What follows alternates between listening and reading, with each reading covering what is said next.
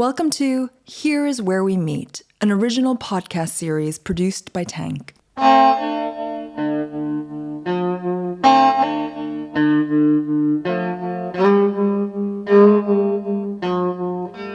Michael Morris.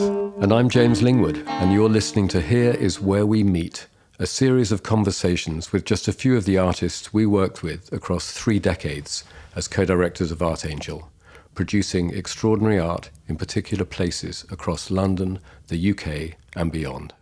Today we're joined by Rachel Whiteread to reflect on her public sculptures, from house to deeply moving memorials for the Holocaust and the recent pandemic. House was one of Artangel's earliest collaborations and became one of the most talked about public art projects of recent times, and it led to Rachel being the first woman to win the Turner Prize in 1993.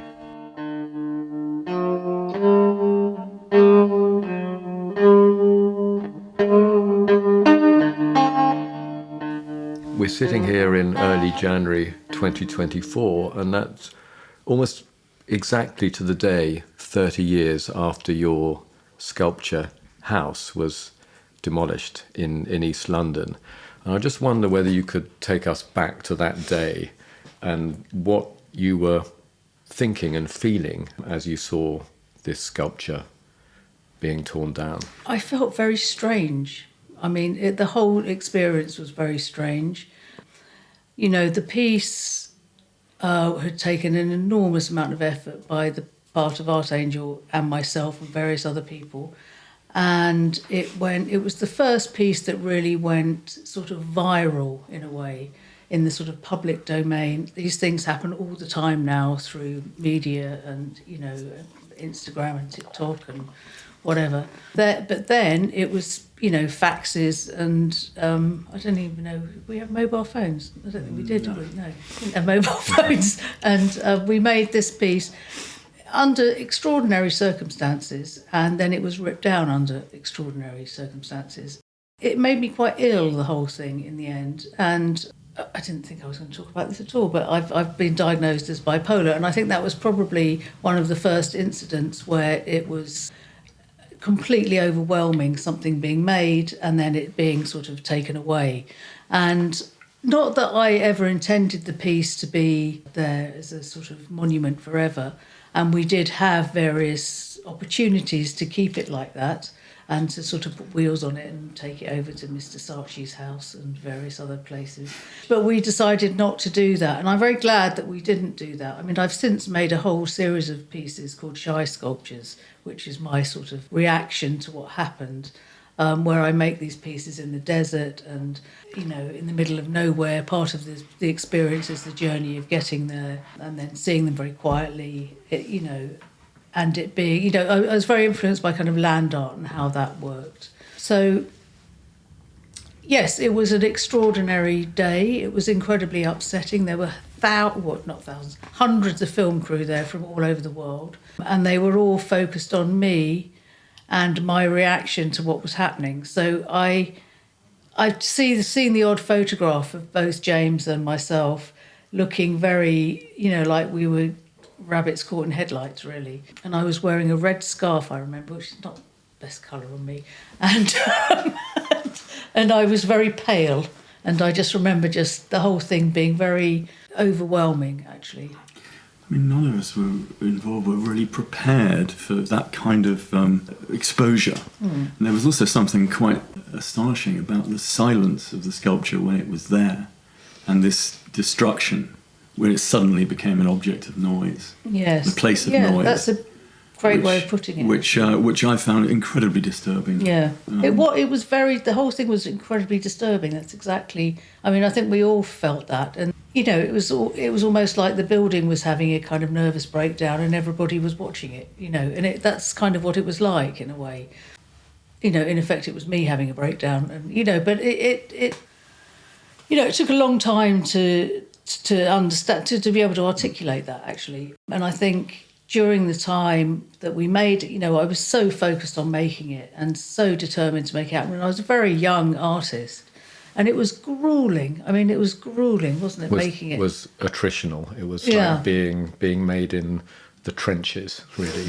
from what I recall, because people do ask, they say, well, why were you so surprised at the public response? And I think it was because on one level, almost all of our energy was going into actually making the work. And a lot of anxiety was about whether it would actually work at all.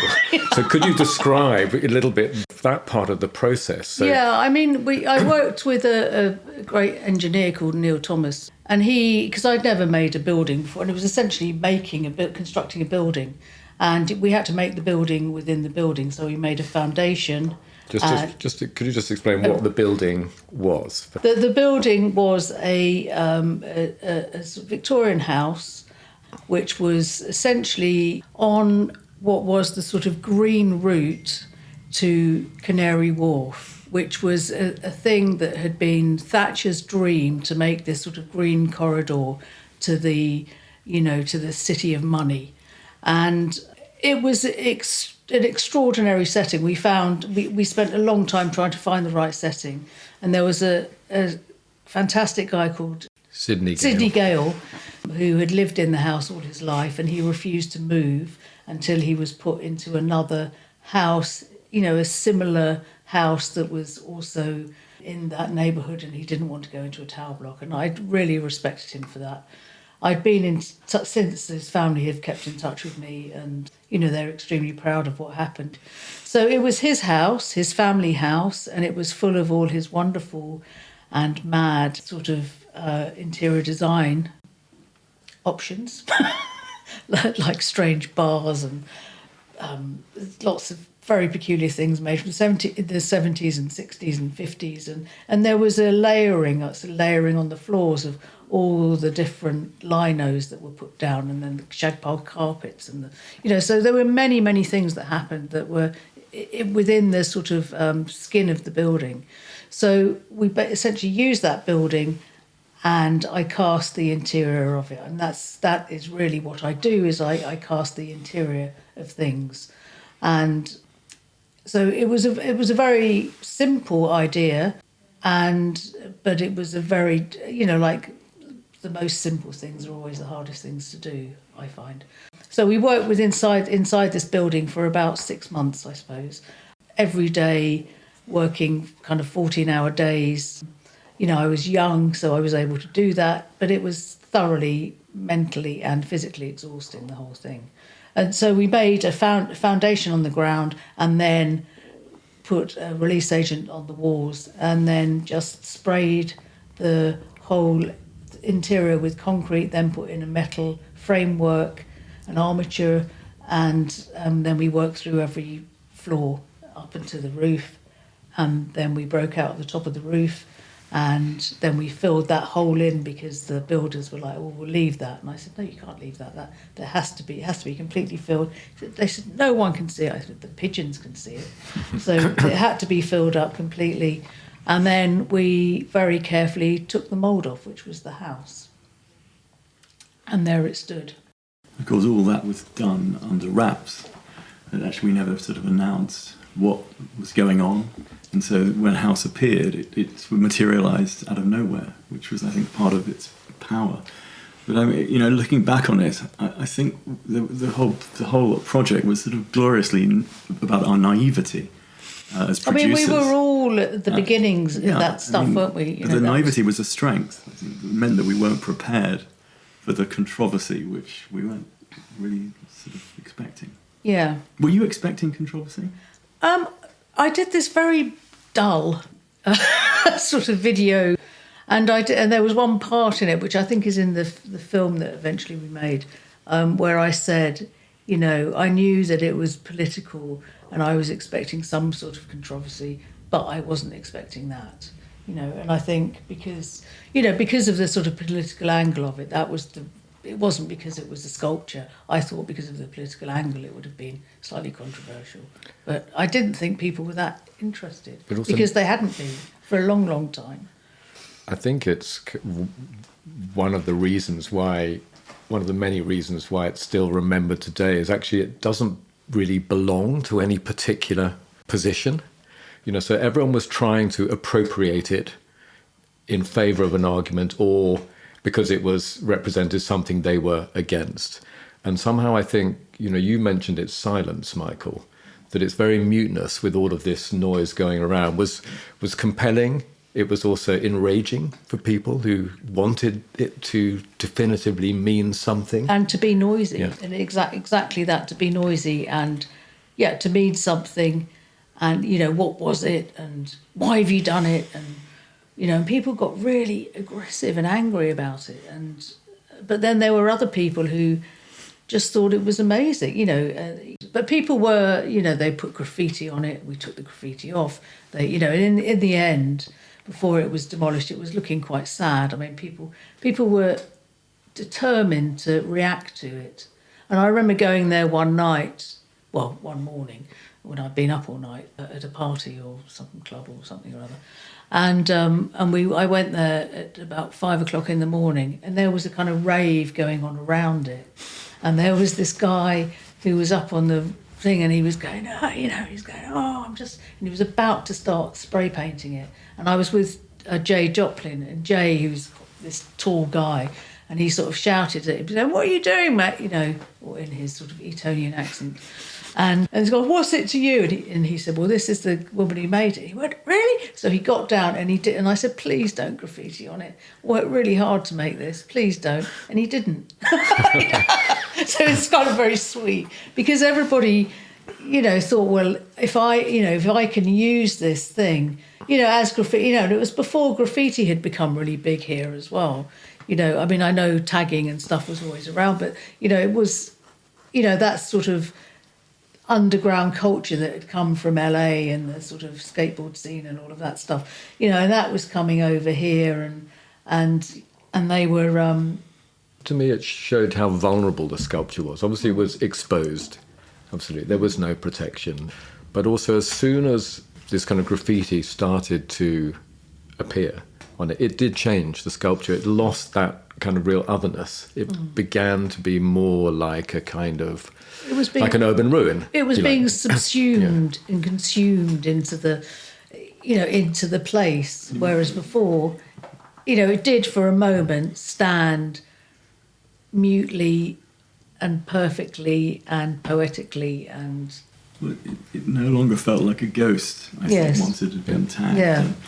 And so once it had been absorbed into public life and talked about. I mean, it was really, you could project anything onto it you wanted. Yeah. I mean, I'm always interested in knowing, over the past 30 years, has its meaning changed to you? Are there meanings that you now feel are more kind of uppermost in your mind than they were then? No, I mean, it surprises me, actually, because, for such a young artist as I was at the time, I was very clear about what I wanted and what it was, and that's never changed, actually. I mean, what has changed is the way in which I've approached other work, but what I felt about the piece and what I intended to do with the work has never changed. It was always, and I'm extremely proud of that and extremely surprised at how, without wanting to sound arrogant, how clear I was about it at the time, Yeah. Its public role was sort of widely discussed at the time, but there's this private aspect to it, I think, as well, an emotional and psychological aspect to it, to do with a house being a place of family, the impenetrability of the sculpture, that you couldn't get into it anymore. Yeah. And that, I think, is what I look back and think as being the most resonant aspect of it. And I'm thinking about your own life, your father and mother teaching you about architecture and art. And this house is a merging of those two in a very moving way. Yeah, I mean, sadly, my father never saw it.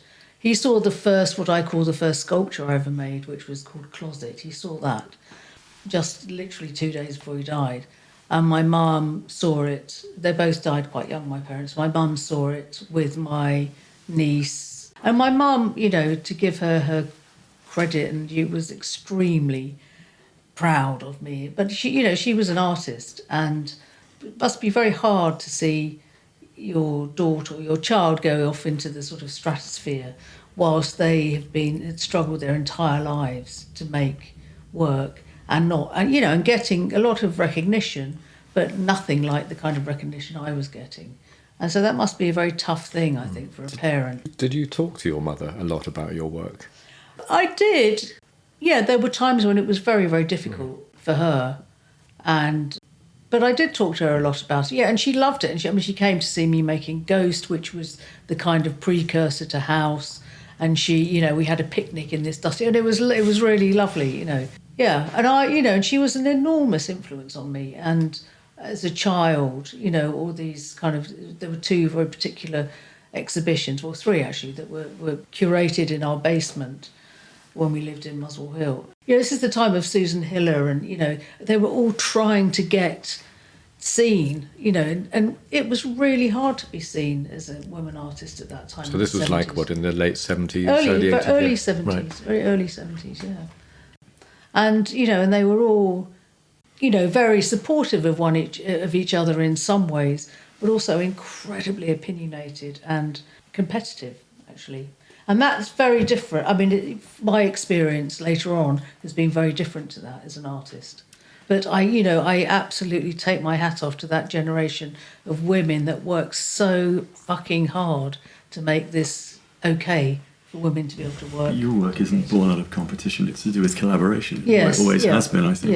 Yeah. Probably House was the first time you'd work with a big team, which would necessarily have to be a big team to pull that off. Yeah, and yes, it was. And I do work in collaboration a lot, but I also, as times moved on and I had 2 kids and we lived in this building in Shoreditch and, I was bringing up the family and also making work. And I had a time where I felt like the producer of my own work, and I had to stop doing it because it drove me mad, actually. And it didn't drive me mad. I felt that I wanted to have my hand and my touch back on my work, which I felt was slightly kind of... I was going to say, what do you mean by being a producer of your own work? That somehow you become distanced from why you wanted to make it, or...? I became distanced from the touch, from my touch. And, I always am very clear that my touch has to be on something. I think as I've moved on as an artist, and there was a period where the work was very domestic and quite small.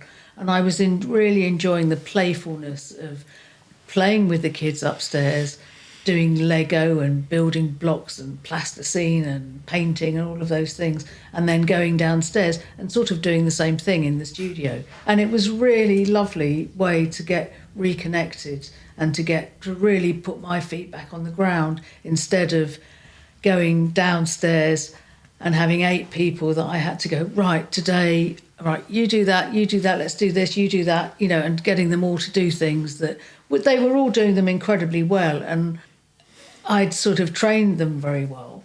They did have my touch, but it wasn't actually my touch. And that's what I felt. I felt a little bit removed. Yeah, I think, there's something for me that's very emotional about actually making my work. And that's to do with my own sort of physicality on the materials, I think. And it's almost like being given a gift to be able to do that. And if I can do that, I will do it.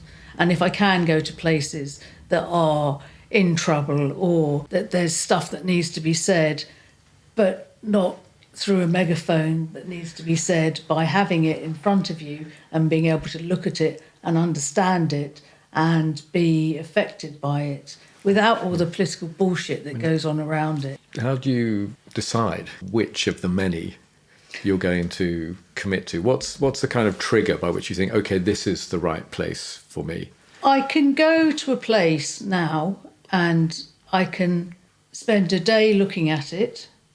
I can spend a day discussing it. Normally within the day, I know exactly what it is that I want to do. And that sounds out, but I now have this very large sort of vocabulary that I can pick from. So I know that I can go to a place, I can look at it, I can the next day I can sort of make a decision about it and talk about the logistics, and then the third day I will absorb the place and then I try and go home. And that sounds kind of ridiculous, but I know that I can go in, like a sort of fast punch and figure it out and then remove myself. And I know that it's the only way I can really cope with doing it like that, because it's, it's hard work. It's really emotionally hard work. And I know for my own self-preservation that I have to do it in that way. Yeah. And if I go to a place and it doesn't speak to me, I won't do it, Or if I think it's going to be, I was asked to do something in Ukraine and I just said, there's no way I can go to the Ukraine and talk about something that's they're in the middle of, that it's not going to result. How can you do that? And I know, I've been able to help in lots of other ways, but I don't think that's something that anyone should be trying to do at the moment, because it's... I think you need some distance between a moment of crisis and its interpretation. I mean, a very good example of this was when I made Cabin, when 9/11 happened in New York. The most awful thing you can possibly imagine. And for me, I think especially because I'm so interested in buildings, I think something to do with that, the failure of architecture, the failure of modern architecture, the failure of capitalism, the failure of, all of these things all happening at once.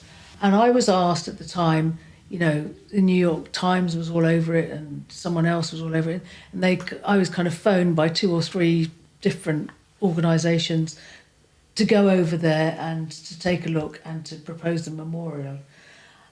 And I just thought, this is just, I can't even... I mean, a friend of mine, Anya Galaccio, was there and she was making a show at the time. I couldn't believe how people could even be in New York, let alone, the sort of psychic energy of the tragedy was just beyond. So I said, no, I'm not, obviously not interested, don't want to do it.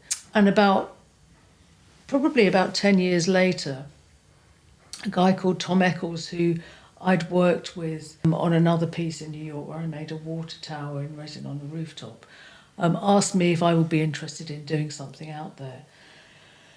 And I thought, maybe I'll go and have a look. So there's this place called Governor's Island, which was a park that was made, very beautiful park. It used to be a place that was for the customs, it was a sort of customs island. So I went to see a really strange place, initially all these empty buildings, whatever. And we got right to the tip of it. You were driving around in golf buggies or something and got to the tip of it. And I could see the place where the Twin Towers stood, and I could see the Statue of Liberty. And I thought, that is exactly the place where you need to make the memorial to 9/11. So I made a piece which looks like a cabin that maybe the Unabomber would have been in or someone like that. So it's quite a kind of spooky piece. I also made lots of little bronze bits and pieces that sort of sat around the area. Did you mention at the time that this kind of connection to the Unabomber? Because I'd always thought maybe it was related to Thoreau. Well, it was related to Thoreau, and that's what exactly. There were all of those things that so when I spoke about it and the bits of writing that I did, so I was reading Thoreau, I was reading all of that sort of literature of that time in America about, being on your own, these very sort of spiritual, meditative works. But I was also reading about people like the Unabomber and, the people that are kind of the opposite, that go underground and that think about how to destroy things. So I had these two things, left and right, and I was trying to find a way of merging them together.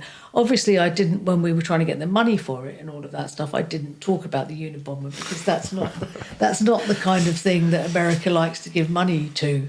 So, and it's the same with the Holocaust Memorial, which is a memorial that I made in Vienna. When I went to the kind of jury to try and, to see if I was going to make this work, I knew that what I was trying to make was a bunker. But what I told them I was trying to make was a library. Humankind is awful. It's great, but it's also awful. So there's always got to be the yin and yang of it. You can't just make things about the pretty side of life. It would be very... Well, you can. A lot of people do, but I don't. Was that a difficult decision to make, to make the memorial on Judenplatz? Again, naivety, I think. Yeah, so I'd lived in Berlin for a year and a half. And during that time, I'd spent a lot of time out, reading all sorts of stuff about the war and exploring the city and being very clear that Germany had tried as best it could to try and mend what had happened. And they'd been very, very clear in school, in education, in the teaching, in the, the generation sort of that came, I suppose that my generation that was there, were traumatised because, as we know now, these things carry on through parents.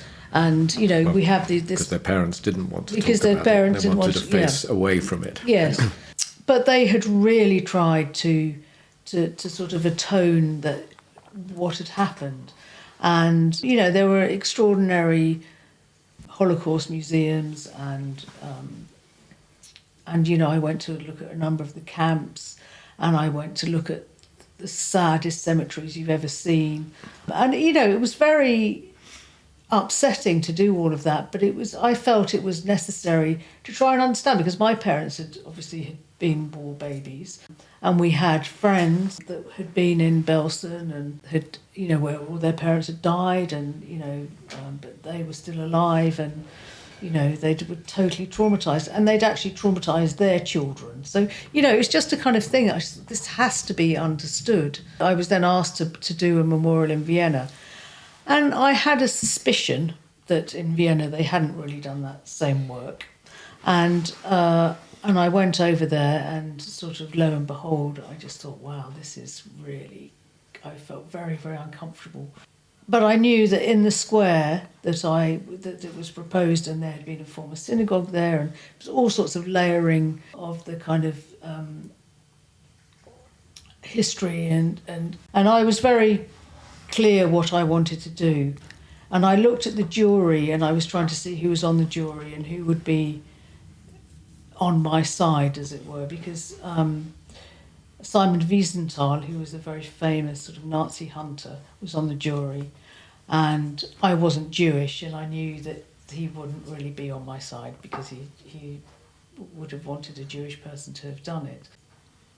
And the politics of Austria was sort of extraordinary at that time, very, very right-wing. But I'd sort of thought about all that stuff and just thought, well, I'm just going to put in this proposal. I'll never get it, but it's quite a useful exercise.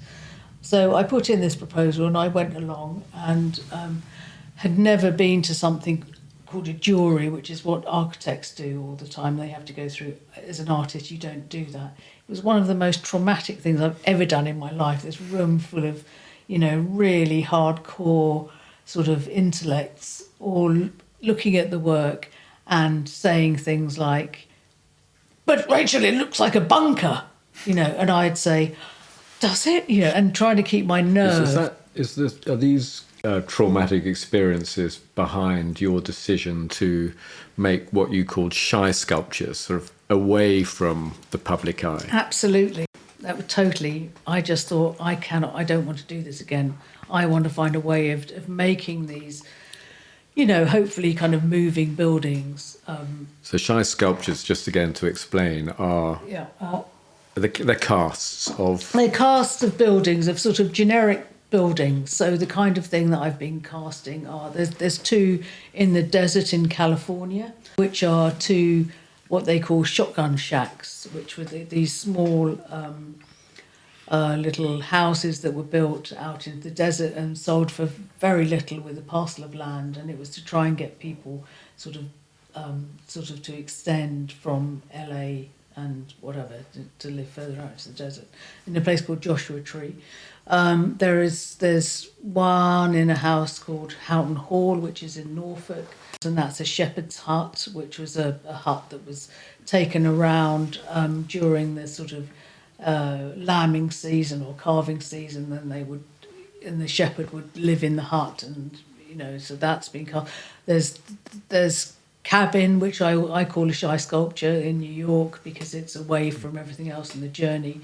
There's one in Japan, which I just saw just very recently, which actually I made over lockdown, over Skype, which was quite an extraordinary experience.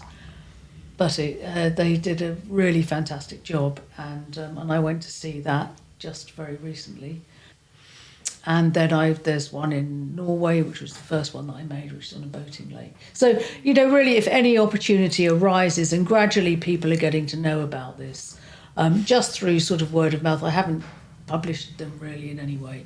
And it's something that I can continue to do and really enjoy doing. You mentioned lockdown, and this makes me think of a recent piece in Bergamo, and the animals were sold, which I assume is a reference to Wuhan. Yes. And it is to do with processing of the experience of lockdown in a place where COVID was devastating. Tell us about how that came to be. Well, I was asked by Gamete, which is a museum in that part of Italy, and I was asked to make a piece in this beautiful sort of 13th, 16th century, there are parts of it, a sort of older building. And I looked at it and thought, wow, this is like such a beautiful site, and is there a way in which I can do this? And I kind of looked around, saw what stone was used, within the buildings of the cathedral, and there's a very beautiful square in front of it, which Corbusier, the architect Corbusier, always said that no stone should ever be moved. It's sort of perfect architecturally.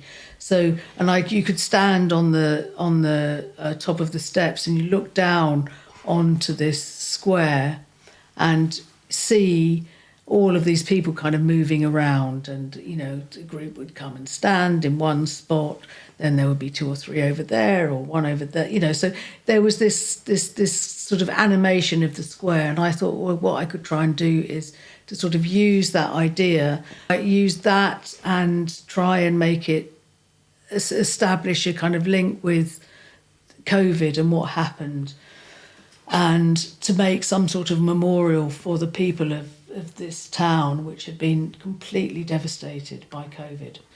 And we originally thought that we could, get 30 pieces, something like that. But I knew that might not be enough. And I said, look, it's up to you to make this piece really powerful. We just need to get as many pieces as we can. So they went around and asked various sort of local people that own quarries, asked them. They all gave the stone away for nothing. Did you choose to carve the stone rather than make casts very early on? Yes, I did, because I just was looking at the materials around, and I thought I wanted the colour to relate to all of the different sort of architecture and the frescoes and things that were in the building. So, that was quite a clear decision. And the other thing that I did, there's a very interesting book that these two psychoanalysts had written about COVID, and they were both from that area. One of them had COVID, and the other one talked about what had happened with COVID. And I got the two people to write about the piece. And I mean, they were kind of extraordinary essays, I think. The museum was like, they weren't sure about them at all. But I felt that they really did the trick. I mean, someone said to me, what you've done with this piece is you've psychoanalyzed the town. That's what it's done. And it sort of gave it a space for people to grieve. And a lot of people did. They used it in that way. And you mentioned this piece had its genesis in the pandemic and in lockdown. Alongside that, your work took a very, to me, absolutely extraordinary turn, because you began to make work in a very, very different way as a sculptor than you had done before, and produced a body of work including two shed scale sculptures called Poltergeist and Doppelganger. It's hard for an artist to break away from the idiom with which they're associated. How hard was that for you, to move from casting to scavenging and assembling and painting? It was hard. It was very hard, but it took a lot of time to get to that point. I wasn't bored of how I was making work, but I knew that there was something else I could do, and I knew that I could find a way of doing.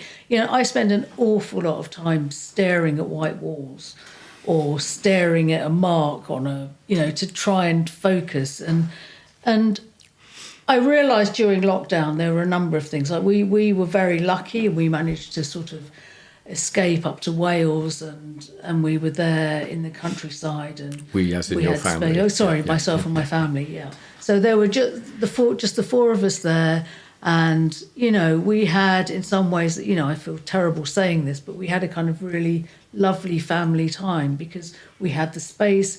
The weather was great. We could be out in the landscape.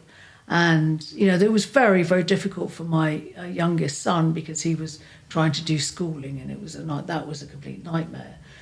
And it really kind of damaged him, I think. Other than that, we had a very good time. But I didn't have a studio up there. The work that I was doing were drawings on the kitchen table, which were very sort of mesmeric drawings. Just, one line going to, they weren't of anything in particular, but I was using very bright colours. I was trying to sort of cheer myself up, I think, and just to sort of, and similar to other drawings that I'd done, but they were very particular.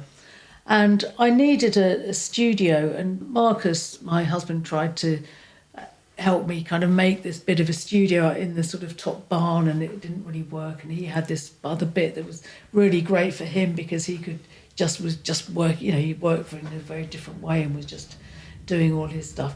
And I just felt, and I was thinking, what is it? Why can't I work here? What's wrong with this space? And I realised I need corners. And a corner is something that I think a lot of artists need, because you need a white space and you need a place where you can project things and you can think about things, but it needs to be kind of clear. And it needs to have a thinking space. It's another way of saying work needs to have parameters. Correct. Yeah. But it's striking that out of the constraints of lockdown, you managed to feel liberated as an artist. I know, and I think a lot of artists did, because a lot of successful artists have an enormous amount of pressure and stuff that you need to do other than making your work, and it was a time for sort of liberation. But I had been doing a lot of scavenging, which is something that I used to do when I was at Brighton, when I was studying painting at Brighton, and I got bored with the edges of the canvas, so I went out and scavenged on the beach and would bring all this stuff back all the time on my bicycle, and had my panniers, and I'd always have things strapped to it. And I remember loving that feeling of being just picking what I used to call lost lines. I'd find these lines and I'd make these kind of three-dimensional kind of drawings, a bit like those wires sticking down off the wall here, and but using all of that imagery and all of those thoughts and the processes and the language and sort of metaphorically the sentences and the poems and the things that I've used in order to make work before, I was able to sort of fixate. And I had this one bit of wood, or these two bits of wood, which I painted. I got off a beach, and I was kind of looking there, and I tried doing these. I tried burning things. That was one of the things that I did up there. Was I was burning them and trying to, sort of put the fire out whilst and then sort of preserve the kind of burntness. But it didn't feel quite right. It felt like I didn't have enough control over it. So I thought, well, what is the way of controlling that thing? And I thought, well, painting it. By painting something, you're adding texture. So I had these two bits of wood, and they were I picked up off a beach, and then by painting them, I made them look like bones. And it was just using white household paint, but the difference was it wasn't plaster, and it wasn't Tipex, which was what I always used to do to draw with a sort of correction fluid, but it had exactly that same feeling to it. It was a sort of dry white surface. And that was the beginning of thinking, I don't need to cast things. I can actually pick things up and work with them in that way. And that was the sort of genesis of how those things happen. I mean, I don't know whether you want to go there, but as you mentioned that you had this diagnosis, within I think the last decade or so.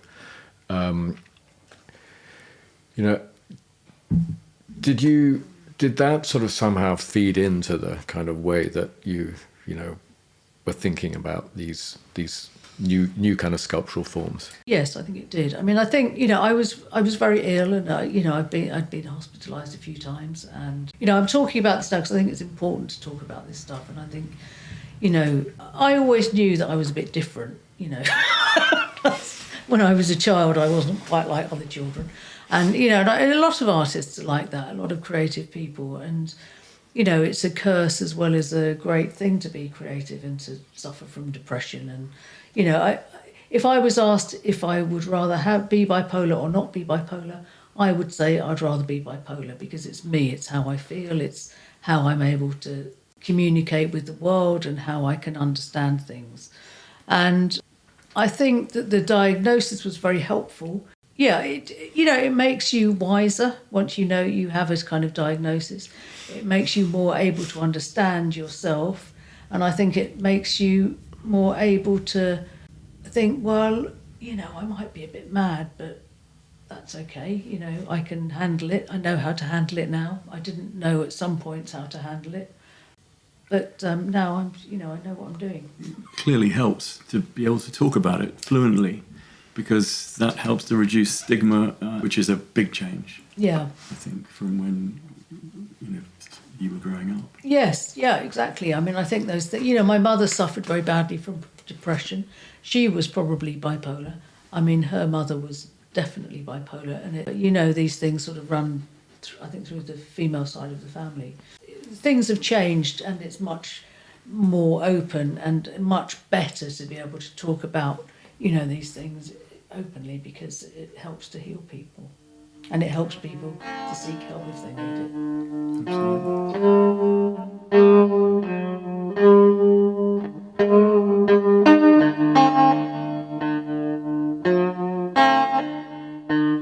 Here is Where We Meet is devised by James Lingwood and Michael Morris, co-directors of Artangel from 1991 to 2023.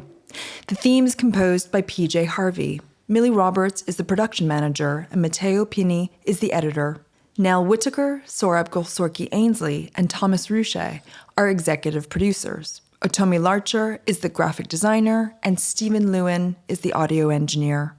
Here is Where We Meet is an original podcast by Tank and is available on all good podcast platforms.